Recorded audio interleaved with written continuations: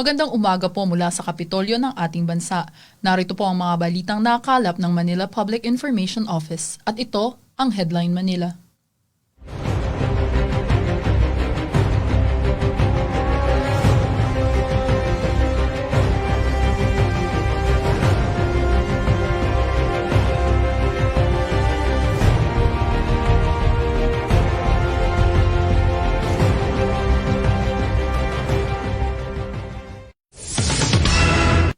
Patuloy pa rin pong tumataas ang bilang ng mga nakarecover sa sakit na COVID-19 sa lungsod.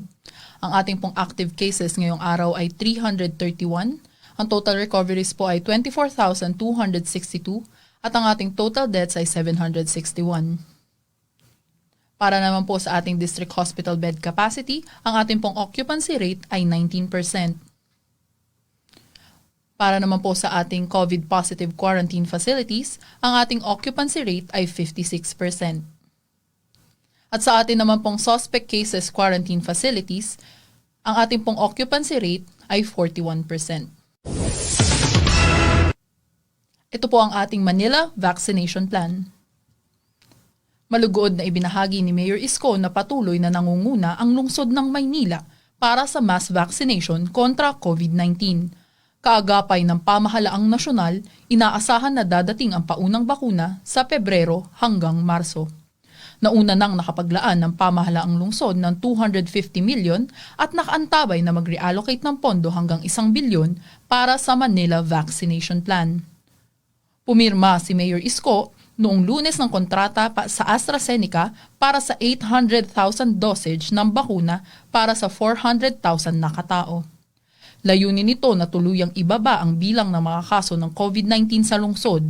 Ayon sa alkalde, uunahing bakunahan ng mga medical frontliners, senior citizens, mga guro, at marginalized individuals. Inatasan din ni Mayor Isko si City Health Officer Dr. Arnold Pangan na kausapin ng mga pribadong klinika para maisama sa programa ang mga private medical frontliners. Ani rin ni Mayor Isko, tulad ng swab testing, patuloy na sisikapin ng pamahalaang lungsod na akapin ang bawat Pilipino. Lahat, kahit hindi Manilenyo, ay maaaring magpabakuna sa ilalim ng Manila Vaccination Plan. Inatasan din niya si Manila Disaster Risk Reduction and Management Office Director Arnel Angeles na umpisahan ang pagpaplano para sa Manila COVID-19 Vaccination Drive-Thru Testing Center. Maaaring mag-pre-register sa www.manilacovid19vaccine.com. Sa kasalukuyan, 66,400 at higit pa ang rehistrado para sa COVID-19 vaccination program ng Maynila. Mahalaga na sundin at sagutan ng tapat ang mga katanungan upang maging maayos ang assessment ng Manila Health Department sa mga individual na sasailalim sa COVID-19 vaccination. Kasalukuyang ding itinatayo ang Manila COVID-19 Vaccine Facility sa Santa Ana Hospital. Nilagdaan na ni Mayor Isko ang purchase order para sa 12 na refrigerator at 50 transport coolers na paglalagyan ng bakuna. Ito ay may kapasidad hanggang negative 80 degrees upang tiyakin na maaari itong gamitin para sa anumang bakuna. Manila ID System ilulunsad. Ayon kay Mayor Isko, ilulunsad ang Manila ID System upang magsilbing patunay at indikasyon para sa mga nabakunahan na sa lungsod ng Maynila. Makikita niyo po sa inyong screen ang sample po nito. Maaaring iscan ang QR code bilang patunay na kayo po ay nabakunahan na. Binondominium, Tondominium at Base Community. Ibinahagi ni City Engineer Armand Andres ang mga updates sa mga vertical at horizontal housing program ng pamahalaang lungsod. Tuloy-tuloy ang isinasagawang construction sa Binondominium, Tondominium 1, Tondominium 2 at Base Community. Bahagi din nito ang pagpapatayo ng bagong 10-story fully air-conditioned Rosauro Almario Elementary School. Dumako naman po tayo ngayon sa ating 2021 Business Renewal.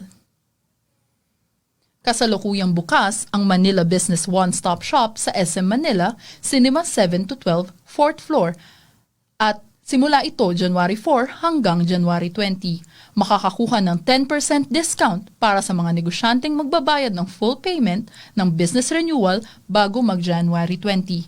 Maaari rin po kayong mag-renew ng inyong business permit sa Go Manila app o sa www.gomanila.com.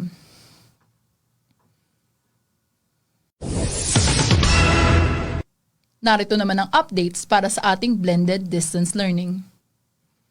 Ibinahagi ni Division of City Schools Manila, Dr. Maria Magdalena Lim, na humaharap ang blended distance learning sa matinding pagsubok sa kapasidad ng estudyante, ng kanilang magulang na sila'y gabayan at sa hamon na dulot ng teknolohiya. Ang ilang mga paaralan ay tumutulong sa mga magulang para mas maintindihan ng mga estudyante ang kanilang mga asignatura at inaaral. Ibinahagi ni Dr. Lim na ipatutupad ang academic ease para sa mga paaralan sa lungsod at layunin nitong ibaba ang bilang ng mga gawain ng mga estudyante. Manatili pong nakatutok sa official Facebook page ng ating alkalde, Isko Moreno Dumagoso, at sa Manila Public Information Office. Ako po si Kim Sabay at ito ang Headline Manila. Maraming salamat po.